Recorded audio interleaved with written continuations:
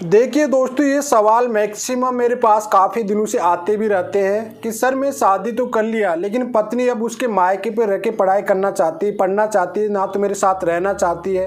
तो क्या उस सिचुएशन में मैं सेक्शन 9 करके डिग्री लेके क्या तलाक ले सकता हूँ?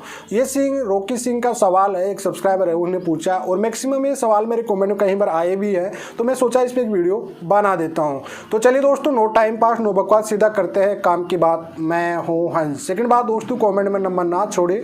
अगर आप मुझसे ही बात करना चाहते हो, डिस्कशन पूरी डिटेल होती है, कंसल्टेशन फीस जमा करके आप बात कर सकते हैं। देखिए दोस्तों, अगर आपकी शादी हो चुकी है और उसके बाद में पत्नी ये डिमांड करती है कि मुझे पढ़ना है अभी, तो ये डिपेंड करता है हस्बैंड पे। ठीक है, हस्बैंड की अगर वाइफ की दोनों की अंडरस्टैंडिंग अच्छी है तो उसकी पार्टनर को वो पढ़ा सकता है। लेकिन इसका मतलब ये नहीं कि पत्नी शादी के बाद मायके पे रहेगी, पढ़ाई करेगी, वहीं पे रहेगी, खर्चा पति से मांगेगी, तो ये पॉसिबल नहीं है। ठीक है दोस्तों, आज के माहौल को और सिचुएशन को देखते हुए देखा जाता है कि दोस्तों पति कई लोग होते हैं जो मजदूरी करके अपने पार्टनर को पढ़ाते हैं, जॉब लगने के बाद पार्टनर किसी और के साथ ही सेट हो जाती है। ये मैक्सिमम आज की डेट पे केस देखा भी जाता है दोस्तों।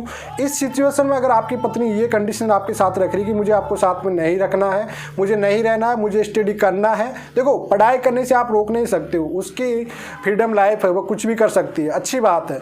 लेकिन आपको ये पता है कि वो आपके साथ नहीं रहना चाह रही, तो उस सिचुएशन आप सेक्शन 9 कीजिए, पहले एक लीगली नोटिस भेजिए, क्योंकि पढ़ना होगा तो आपके साथ ही पढ़ सकती है, आपके साथ रह के भी पढ़ सकती है, आपका सपोर्ट भी कर सकते हैं। और जिसको पति को पढ़ाना होगा तो अपने पार्टनर को जरूर वो सपोर्ट करेगा, तो अपने साथ रखकर भी आप उन्हें पढ़ा सकते हो।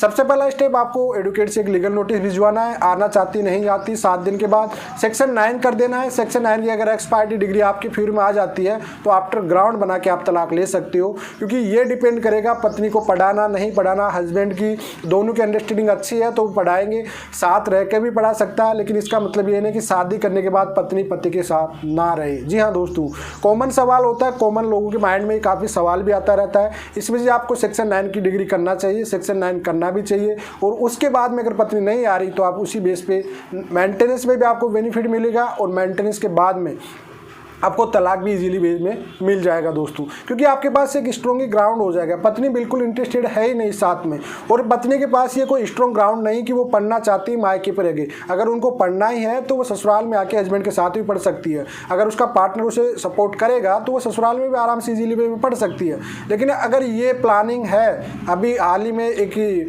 पटना हाई कोर्ट का जजमेंट था कि पति ने पत्नी को भेजा, पत्नी को पढ़ने के लिए, पत्नी वहाँ पे लव मैरिज करके किसी के साथ ही दूसरी लिविंग में रह रही है।